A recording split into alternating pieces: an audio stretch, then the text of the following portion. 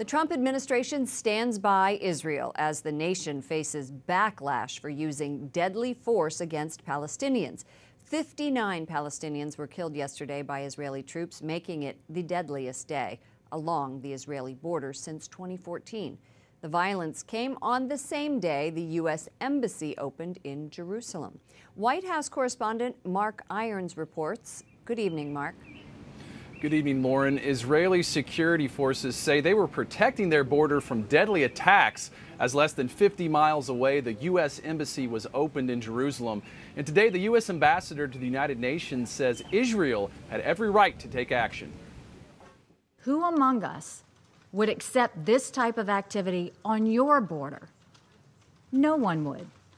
No country in this chamber would act with more restraint than Israel has.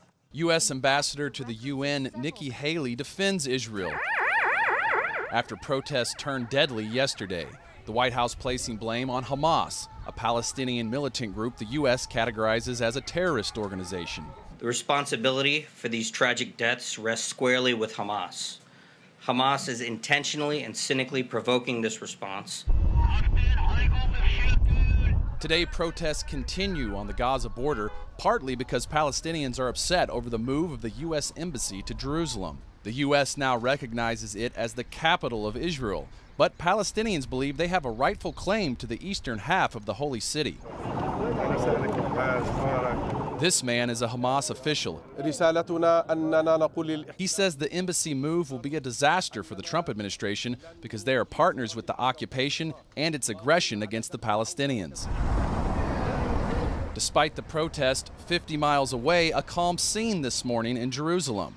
A sign reads, "God bless Donald Trump." At yesterday's embassy festivities, White House advisors Jared Kushner and Ivanka Trump were all smiles, but they were slammed on Twitter because their joy was shown alongside split-screen images of the deadly violence taking place along the Gaza border. In the wake of yesterday's violence, the United Nations Human Rights Office is saying Israel has repeatedly violated international norms by using deadly force instead of arresting people that assault its border. But the Israeli military says it prevented a significant attack yesterday, and at least 24 of the 59 Palestinians killed were Islamic militants. Lauren? Mark, the U.S. is blocking a United Nations proposal to investigate this violence. Why? Well, the State Department says the proposal is too one-sided and unacceptable to the U.S. because it does not mention Hamas's role in the incitement of violence along the Gaza border yesterday. Lauren? White House correspondent Mark Irons, thank you.